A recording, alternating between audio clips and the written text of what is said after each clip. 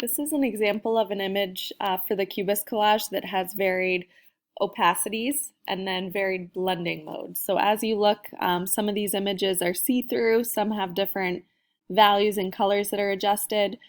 So basically this video will walk you through how to blend your images versus having them just become that opaque regular photo that you're working with. So for your collage, once you have it put together, you're going to be clicking on your individual layers and playing around with the blending modes, which are right above the layers panel, and then the opacity that is to the right of it.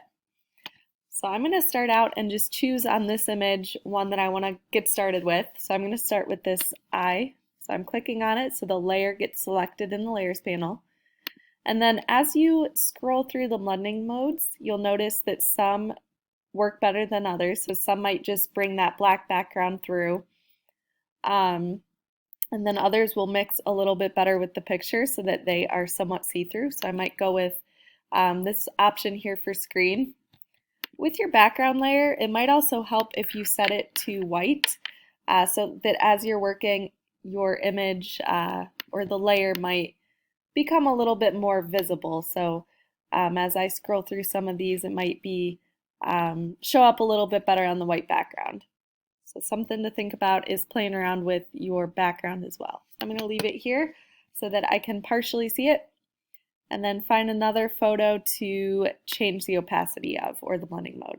So I'm clicking on this picture here and just kind of scrolling through these blending modes. I do like how I can see a little bit of the overlap with the picture underneath for multiply. But again, see which one works for your specific image and the spot that you're at. Some of these, such as exclusion, add a little bit of color, so that could be interesting to play around with. And remember, you could combine some of these with other edits as well that are additional collage options for you to work with.